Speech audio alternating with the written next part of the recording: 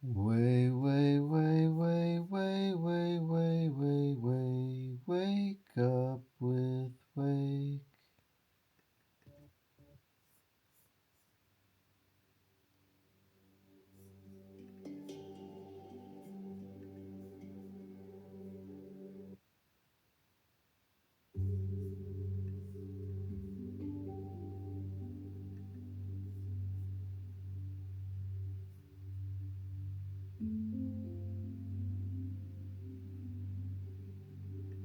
Sure. So dopamine is one of many brain, and neurotransmitters are the molecules that communicate across the synapse. The synapse is the space between neurons, and neurons are the workhorse cell of our brain that conduct the electrical signals that create our thoughts, emotions, and everything. Dopamine is essential for the experience of reward, pleasure, and motivation. It's not the only neurotransmitter involved in that process, but it's probably the final common pathway for all reinforcing drugs and behaviors. Dopamine may be actually even more important for motivation than for the experience of pleasure itself, although it's involved in both of those processes. And there's a very famous experiment showing that if you engineer a rat to have no dopamine receptors in the reward circuit of the brain, if you put food in that rat's mouth, it will eat the food and get pleasure from the food. But if you put the food even a body length away, the rat will starve to death because it won't be motivated to get up and go get the food. Hence, dopamine is essential for not just the feeling of pleasure, but also the desire to go get the reward. Well, so you're a psychiatrist. Right. What were you hearing from patients that led you to realize that dopamine was, or sort of our dopamine levels have become a problem, and Right. ultimately write this book? The first thing that I observed was that in patients who were addicted to drugs and alcohol, they were also almost uniformly very depressed and anxious. And when they were able to stop using drugs and alcohol for a long enough period of time, which on average was about a month, then they felt better in many different ways. But importantly, their mood improved and their anxiety went down without my having to do any other intervention in terms of like an antidepressant or an anxiolytic or some kind of psychotherapy. So that was very powerful for me because it demonstrated that just stopping the addictive substance alone could have this profound effect on a patient's mood and well-being. The corollary to that was through my career, I've also seen many patients with pain, physical pain, who have gotten addicted to opioids as a result of a doctor's prescription. And what I saw in those patients, for many of them, was that when they got off of opioids, their pain actually got better. So, again, a profound corollary to this idea that when we repeatedly ingest highly reinforcing, that is to say, addictive substances, in the moment, they seem to relieve our pain, whether it's psychological pain or physical pain. But the cumulative effect over time is that they actually make pain worse. And that we don't see that because it's an insidious step-by-step process. But then we find ourselves in this place where we have more physical pain for patients with chronic pain on long-term opioids, have more psychological pain for patients, who are using any of those substances. So that's essentially what I've seen. Can you explain a little about this link between pleasure and pain, and the role that dopamine plays in that? Sure. So, one of the most important findings in neuroscience in the last 100 years or so is that pleasure and pain are co located in the brain. So, the same parts of the brain that process pleasure also process pain, and they work like opposite sides of a balance. So, if you imagine that you have a beam on a central fulcrum, when we experience pleasure, it tips one way. When we experience pain, it tips the opposite way. And there are several rules governing this balance. And the first is that it wants to remain level. It doesn't want to be tipped for very long to pleasure or pain. And so with any deviation from that neutral position, our brains will work very hard to restore a level balance, or what neuroscientists call homeostasis. And they do that through a process called neuroadaptation. So, for example, when we ingest an intoxicant, we get a release of dopamine in the brain's reward pathway, and our balance tilts to the side of pleasure.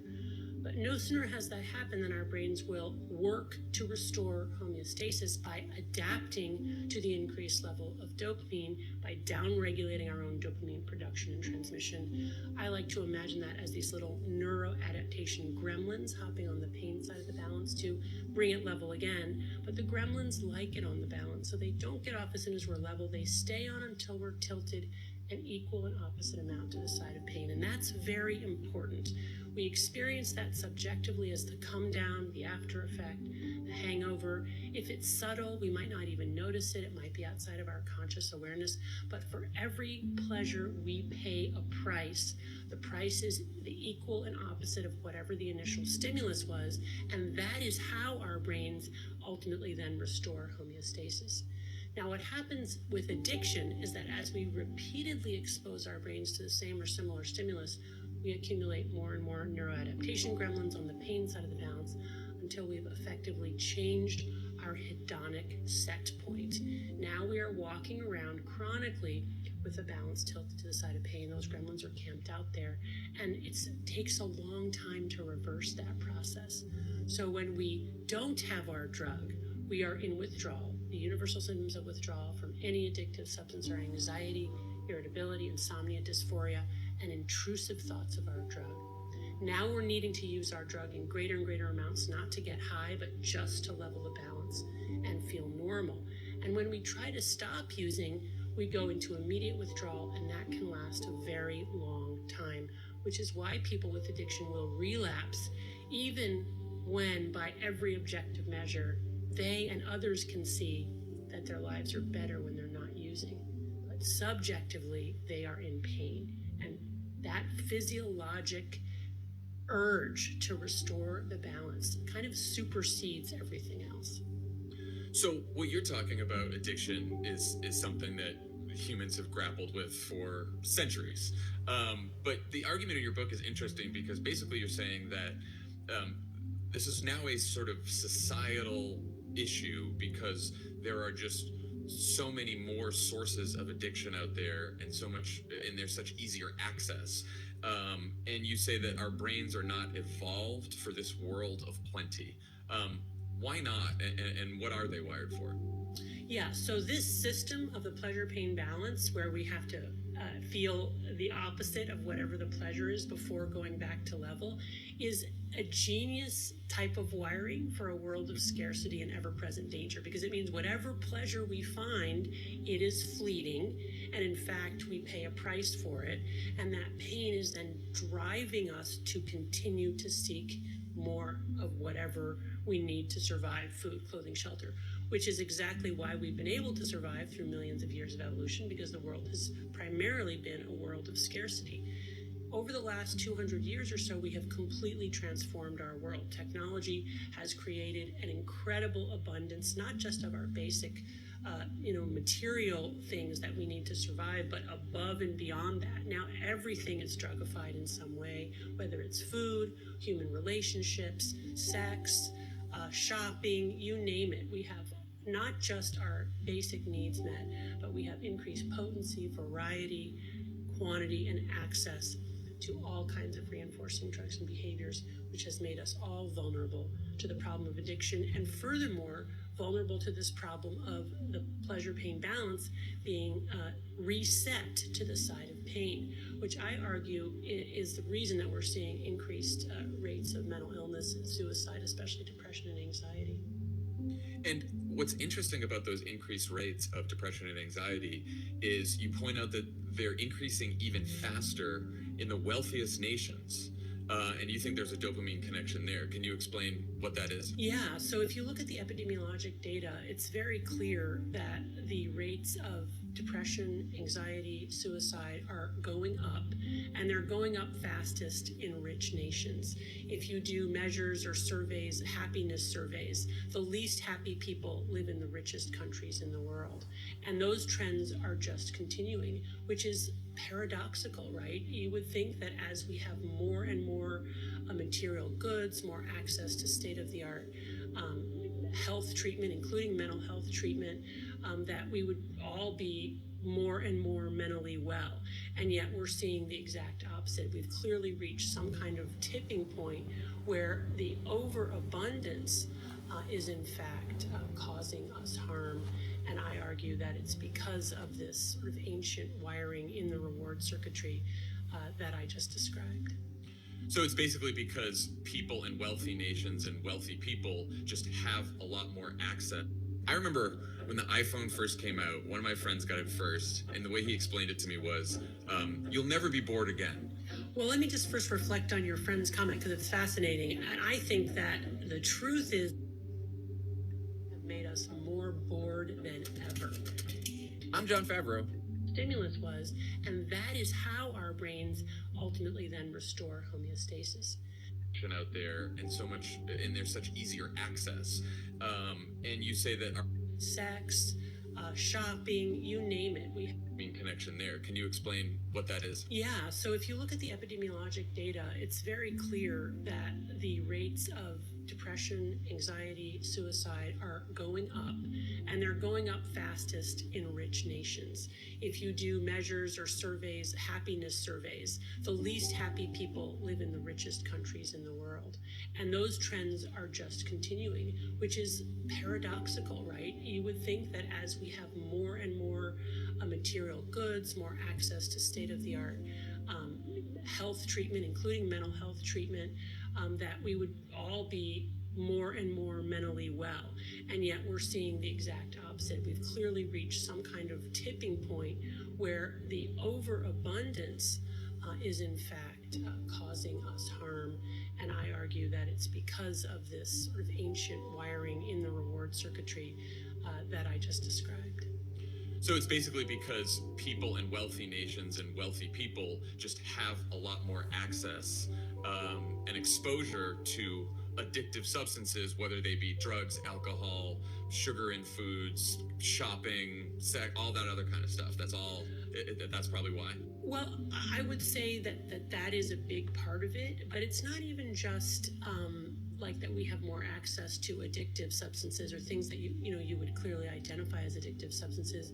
It's that we also don't need to strive for anything, right? We don't, all of our survival needs are met. There's nothing that we need to work for.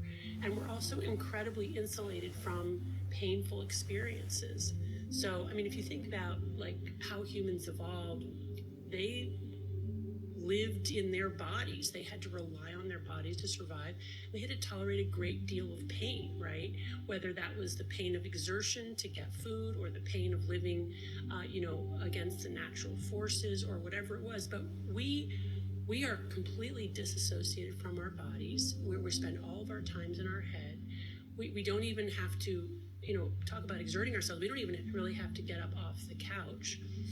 If we have any kind of physical pain, we can take a pill to eliminate it. In fact, we expect that we should not have pain, and that pain is dangerous, and that any type of pain is a mark of psychopathology, and that we need to medicate it or do something about it.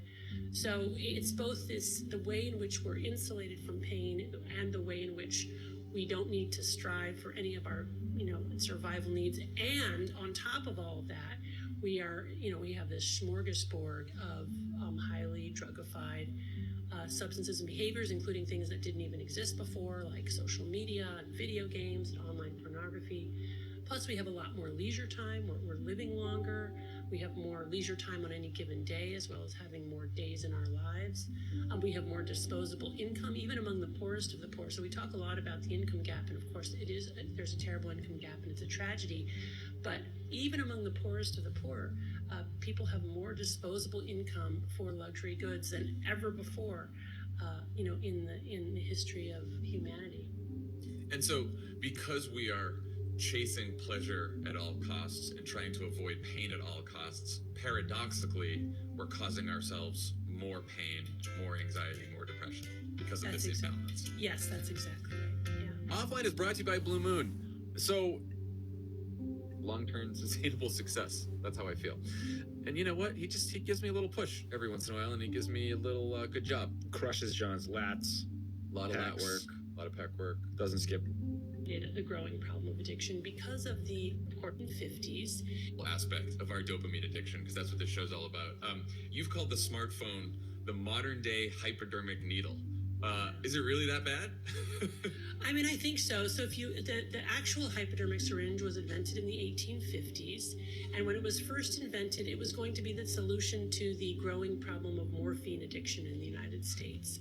The idea was that if you took the morphine and you injected it directly into the venous system, people wouldn't get addicted. Of course, that turned out to be the opposite of true. And there are many, many anecdotes like that in the history of, technology. And I do think that the smartphone has accelerated the growing problem of addiction because of the 24/7 access. One of the big factors of what makes something addictive is quantity and frequency of how often we use it. If, again, you think about that pleasure-pain balance, it's probably okay if we indulge in intoxicants on occasion, as long as we leave enough time in between for the neuroadaptation gremlins to hop off and for homeostasis or baseline dopamine firing to be restored. But if as soon as our balance is tipped to the side of pain, we, instinctively want to get out of that place, we reach for more of our drug, and there it is, then naturally we're going to find ourselves much more quickly circling the drain that is, the problem of addiction. And in my own clinical practice, I saw an explosion in the early years of the 2000s. More and more people coming in with severe addiction to gambling, pornography, and really, the story was very common. It was like, well, I always kind of gambled, or I always kind of used a little bit of pornography, but it wasn't until I got this smartphone that things really got out of control. Yeah, I thought it was so interesting that you made the point that the internet promotes compulsive overconsumption, not merely by providing increased access to drugs old and new, but also by suggesting behaviors that otherwise may never have occurred to us. So are you saying that just being exposed to addictive substances and behaviors can actually make us more addictive? Oh, absolutely. I mean, access is one of the biggest and underappreciated risk factors for addiction. So the risk factors basically can be grouped into three buckets: nature, nurture, and neighborhood. There's clearly an inherited component or vulnerability. The way we're raised matters. If we have parents who explicitly or implicitly condone substance use, that's going to affect our addiction risk. But neighborhood is huge, and neighborhood refers to this idea of, do you have access to this drug? Is it readily available? Can you get it easily? When you run out, can you get more? I mean, just think of a world in which you had the same access to cocaine as you do to TikTok. There would be a whole lot of people who would be severely addicted. And we already have a cocaine problem, but I mean, analogizing that to TikTok, it's crazy. I mean, it's infinite, right? And the other part of that too is the suggestibility part. I mean, humans are very, very suggestible. There are certain temperaments that are less suggestible than others. Teenagers, though, are particularly that time of life, is one of high suggestibility, meaning that peer pressure has a larger effect. But we're all vulnerable to that. And when we see somebody else doing something, it suggests the idea to us, and then we want to do it. That's just human nature. And that's where social media, even separate from social media addiction or addiction to social media, but social media intersecting with addiction to traditional drugs is really, really pernicious. Like, people making videos of themselves using a particular drug, and then other teenagers seeing that, or people seeing that and then thinking, well, I want to try that. So stuff like that. So I'm sure there's some listeners right now thinking like, well, I'm not that addicted to my phone. You point out, though, that addiction is a spectrum disorder. Can you talk a bit about that? Yeah, so it's clearly on a spectrum. The Diagnostic and Statistical Manual, the 5th edition, actually made a big change to acknowledge that it's a spectrum disorder. Not everybody is equally addicted to whatever the drug is. Some people are a little bit addicted. Some people are a lot addicted, where they've lost everything as a result of their addiction. And then there's kind of this pre-addiction state where people are kind of engaging in compulsive overconsumption, but not necessarily meeting our threshold criteria for addiction. I will say that it's important to note that there's no blood test or brain scan to diagnose addiction. We based it on what we call phenomenology, or patterns of behavior. But I can tell you that the pattern of addiction to things like social media, video games, online pornography, etc., is identical to when people get addicted to drugs and alcohol. And it's kind of a progressive disease. So, we all start out a little bit addicted, and then some of us are able to kind of recognize it and self-correct. Those people probably don't have the disease of addiction or the innate extreme vulnerability, whereas others, once they get going on their drug of choice, will have a very, very difficult time both seeing it and stopping it, even once they do see it. And I think that's a core piece of addiction, is the loss of agency. Of course, ultimately, we all retain some agency, or most of us retain some agency. I can think of circumstances where all agency is lost, but agency is greatly diminished in the disease of addiction. Agency is diminished. I think another issue is not knowing that you're addicted, right? Yes, I think that's particularly probably the case with, internet consumption and social media. I remember when the iPhone first came out, one of my friends got it first, and the way he explained it to me was, you'll never be bored again. And at the time, I thought that sounded great, that we'll never be bored again. And that's sort of how I use it, as I'm passing the time, I'm using my phone all the time, I'm not going to be bored. What do you think our inability to just be bored has done to us? What are the consequences of that? Well, let me just first reflect on your friend's comment, because it's fascinating. And I think that the truth is that these devices have made us more bored than ever. And again, because what's happened is now we've so overstimulated ourselves with these high dopamine stimuli that natural pleasures and natural rewards are no longer interesting to us. In fact, less and less becomes interesting. And that's what happens in addiction. Our focus slowly narrows down to that drug of choice. Other things lose their salience, and we become obsessively preoccupied with obtaining ever more potent forms of that particular drug. And so we get caught in this vortex, and when we don't have that particular feeling, we're beyond bored, we're devastated. So part of getting out of this vortex of compulsive overconsumption is, first of all, being able to tolerate the intense boredom that comes with the come down, because boredom is actually a very uncomfortable emotion. It's uncomfortable in a superficial sense. It's like, this is boring, I don't have anything to do. But it also opens up all kinds of deep existential questions, like, what do I do with my time? Like, what is my life for? Why am I here? Why do I do this thing and not that thing? I mean, in interesting ways, COVID and sheltering in place, I think, kind of raised some of those questions for people as well. Just sort of like, wait, why was I doing that thing? But to get out of our cyclical kind of compulsive use of these drugs, we have to be able to sit with that intense kind of boredom until those neuroadaptation gremlins hop off, homeostasis is restored, baseline dopamine firing goes back to original levels, and then we're able to take joy in more modest rewards. Because really, the truth is that anything can be interesting if you focus on it and immerse yourself in it and pay attention to it, even the most mundane task. And this is part of what we need to learn in recovery, not just people with severe addiction, but frankly, I think all of us who are in a way addicted to this crazy dopamine oversupply that we live in. We have to be able to recapture our joy in simple, modest pleasures.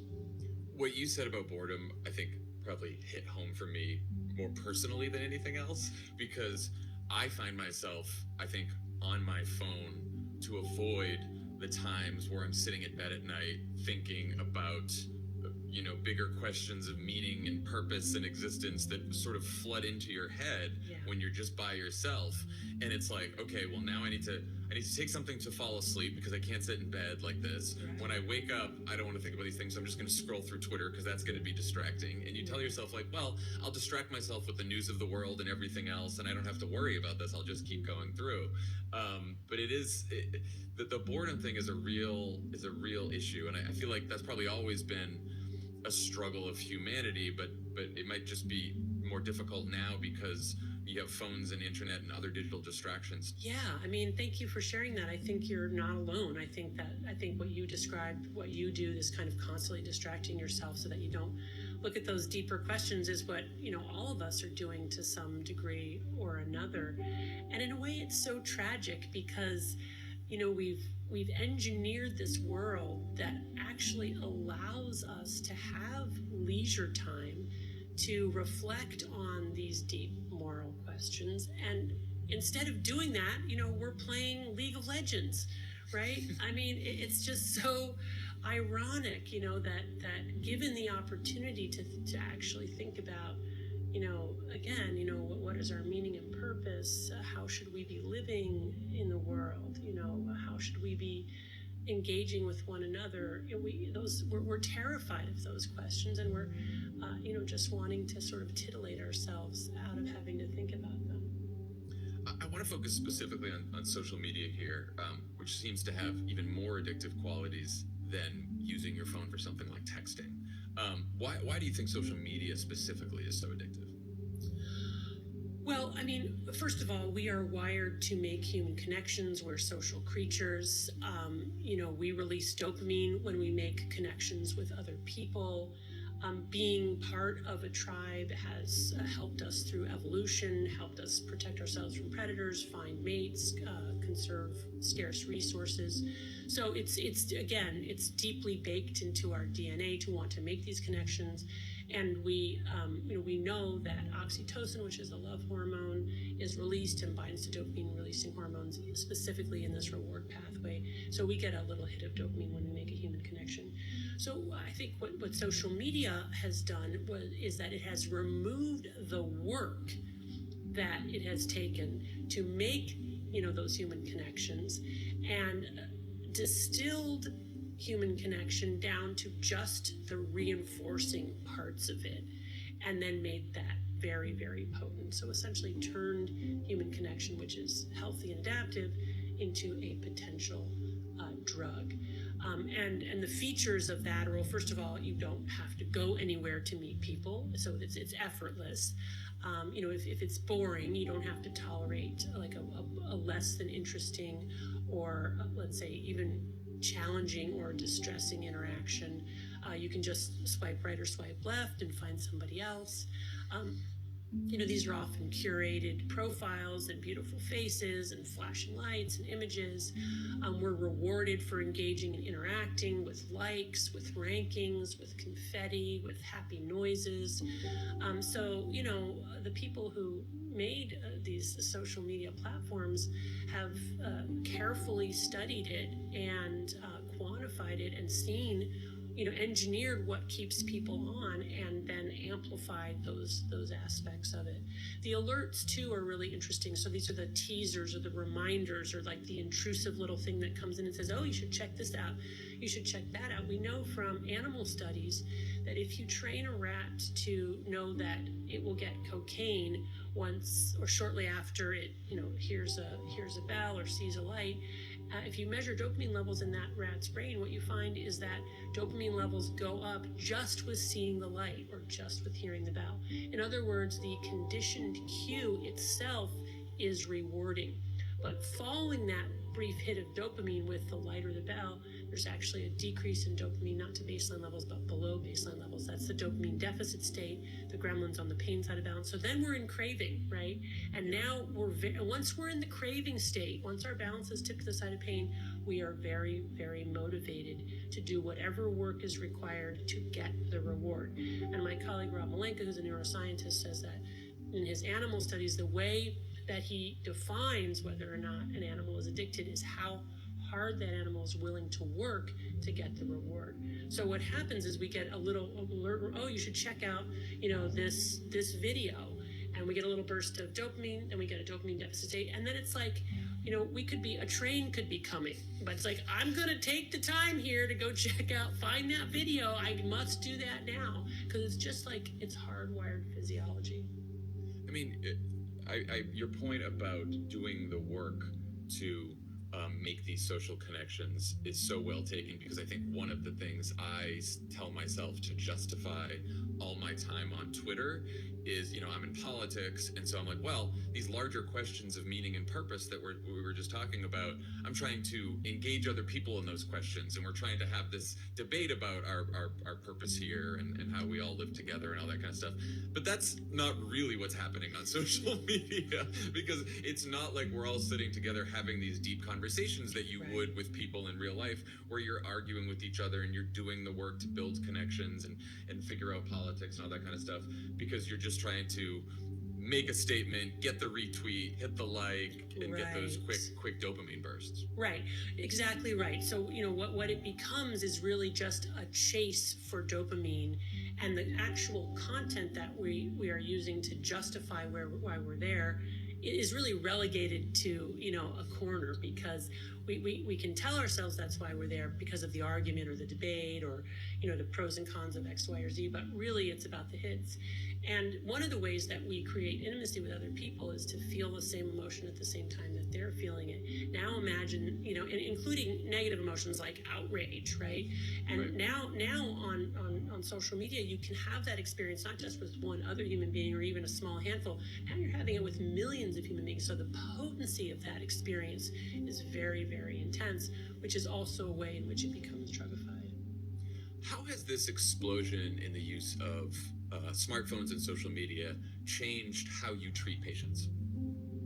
It's really changed how I treat patients. 20 years ago, a patient would come in and say, I'm depressed, I'm anxious. I'd say, try this pill, try that pill, try some psychotherapy. I didn't even ask really about drug and alcohol use, and it didn't even occur to me that our engagement with these devices necessarily, although I think I really early on had kind of an intuitive sense that these devices were highly habit-forming and addictive.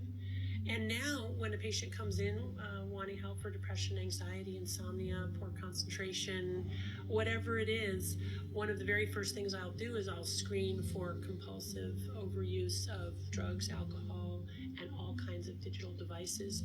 And if I find that that's a part of that person's daily practice, then the first thing that I will suggest is a dopamine fast to try to reset reward pathways. Because in the majority of my patients, when I do that, that intervention alone essentially alleviates most of the depression and anxiety that they came in for in the first place. Today's episode is sponsored in part by Seeker, a new independent search engine that prioritizes transparency, choice, and control, streamlining your access to reliable information online. Peanut flavor does have 1 gram of sugar for all you stick dollars off. Thank you, Magic Spoon, for... Those first 2 weeks are especially horrible as they go. Suicidal because of anxiety, inability to, at this point. During the pandemic, it's one of the reasons I started this show. I'm just on my phone too much. Yeah. What does a dopamine fast look like for someone like me? Well, for someone like you, who sounds like you're kind of the average consumer at this point and not somebody with a full-blown addiction. I want to really emphasize that when I use that word addiction, it's somebody who's had serious life consequences as a result of their use. And so that can look things like profound depression, profound anxiety, inability to function in their major societal role, thoughts of suicide. In that context, the severe addiction, and I see that. So let me just emphasize, I see people with they're suicidal because of their online gaming disorder, because of their pornography addiction, because of social media engagement. And for those individuals, what it really takes is putting all screens away for a month. And why a month? Because a month is usually the average amount of time it takes to reset reward pathways. I always warn patients they're going to feel worse before they feel better. Those first 2 weeks are especially horrible as they go into withdrawal. But as the gremlins start to hop off and homeostasis is restored by weeks 3 and 4, the sun comes out for people and people say, I feel so much less anxious, and then it becomes, how are we going to reintegrate this device if we are, back into your life, and very specific what that will look like. Now, what I've learned, since the publication of the book is that many people either can't or are unwilling to do that because they need to be engaged with these devices for their jobs. So then what I suggest is that you find the category of online behavior that you feel is unhealthy for you. The online behavior that once you start, it's difficult for you to stop, and or you find that you feel worse after doing it. So it somehow changes your subjective dopamine state so that you're more depressed and anxious as a result. And then you take that thing, whether maybe it's Twitter, maybe it's Facebook, maybe it's Instagram, maybe it's Snapchat, who knows, and you eliminate that for a month. I think that's probably, the recommendation that I would have for someone like you, and that you can plan that in advance, right? You can let people know I'm not going to be on Twitter for this amount of time. You can communicate to me in this other way. You can plan for other ways that you'll get your news by reading maybe long-form journalism, which will give you the opportunity to compare and contrast how much knowledge you actually acquire from Twitter versus other forms of getting your news. And my experience has been, I feel like I'm ultimately a lot better informed than many people who are getting their news from social media, because it's not really the best source ultimately. And that's kind of what I recommend. There's also a mini fast that people can try where they literally put all devices and screens away for 24 hours. It's amazing how anxious that makes people. Just the thought of it's almost like being like they're going to be, blind and unable to grope their way through a 24-hour period without their phone. But I think that can be an instructive experience. It's not enough time to reset reward pathways, but it's enough time to recognize how addicted we've all become. You talk a lot about balance as a solution. Do you think a healthy use of social media is possible? I think it is possible, but I do think that it must start with a dopamine fast to reset reward pathways. A lot of times patients will ask me, well, can't I just slowly decrease? The problem with that is that then you never reset reward pathways, so you never regain the salience in other more modest rewards, and you also don't get the opportunity to see true cause and effect. It's not until we get some distance from our drug that we're able to really look back and say, well, that's crazy that I put that much time and effort into using, that substance or doing that behavior online. Like, I don't even really recognize myself. So I think it starts with a fast, and then a very detailed plan of, okay, how am I going to reintegrate this into my life? I'm going to make sure that when I wake up in the morning, I first exercise, get ready, do my I call KSS because my kids are in Spanish immersion. But the things I need to do, my to-do list, eat a healthy breakfast, clean up, make my bed, whatever my morning, sort of wellness practices are, and only then am I going to go to my device and turn it on. And before I turn it on, I'm going to actually make a list of the things that I'm going to do on my device. Now that list might actually include some YouTube surfing, but I'm going to be aware that when I'm doing that, I'm doing that. I'm not going to sneak it in between. And then when I'm not using the device, I'm actually going to power it down. I'm going to turn it off and put it in my bag, right? There's almost this sense of once we've sent a missive out, there's a part of our brain that's mentally preoccupied with it coming back in. And it's just really amazing to me how we're always a little bit disengaged from what we're doing because we're thinking about our phones. But if you turn the thing off, you don't send anything out, so you're not expecting a return, and you turn it off, you can put it away for a while, and that's very, very liberating. So just a lot of little tricks like that. I mean, my patients have come up with a million amazing, ways that they've learned to kind of interact with these devices, but in a way that preserves their agency and allows them to balance or moderate their use. The last lesson you had in the book was my favorite. You said, instead of running away from the world, we can find escape by immersing ourselves in it. Why does that work? Can you talk about that? Well, I mean, I've spent a lot of my life, running away from painful things, only to find out that they always outrun me.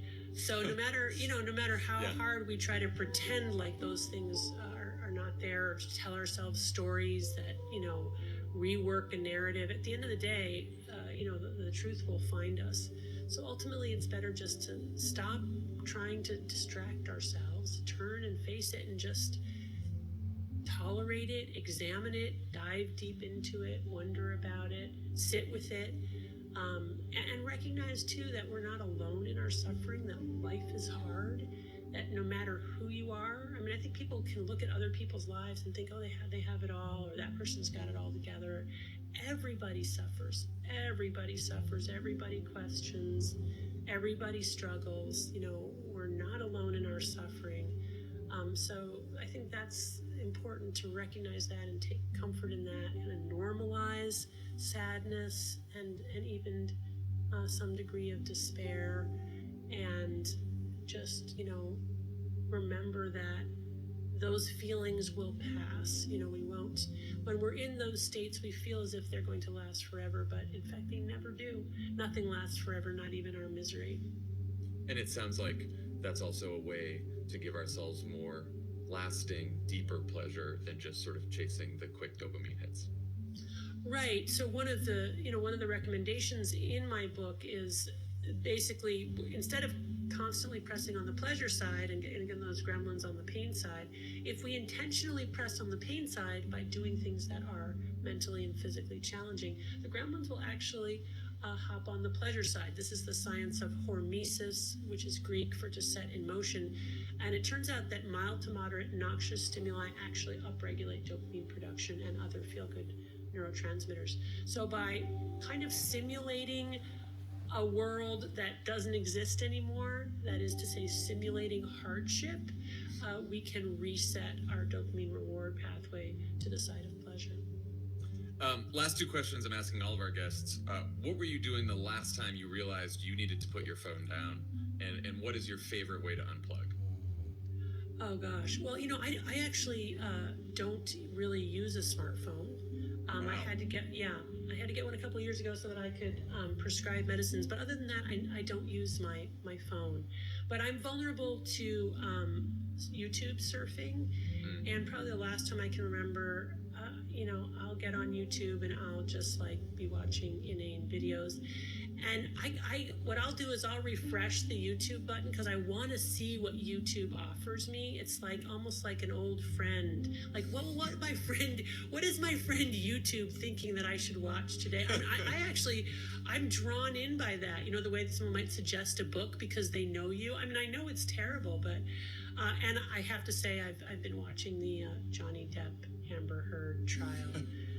And saying to myself, I had a friend who was doing the same thing and told me about that. Why am I watching this? Why am I watching this? But there it is. And how do I get off? I often will call out to a family member, can you please come help me turn this off? I cannot get off. Come and help me shut down the computer. So I love that. That's a great way to unplug. Asking someone for help doing it. Yeah. Dr. Anna Lemke, thank you so much for joining offline and for all the wonderful advice. Really appreciate it. Oh, you're very welcome. Thanks for having me, and thanks for a great conversation.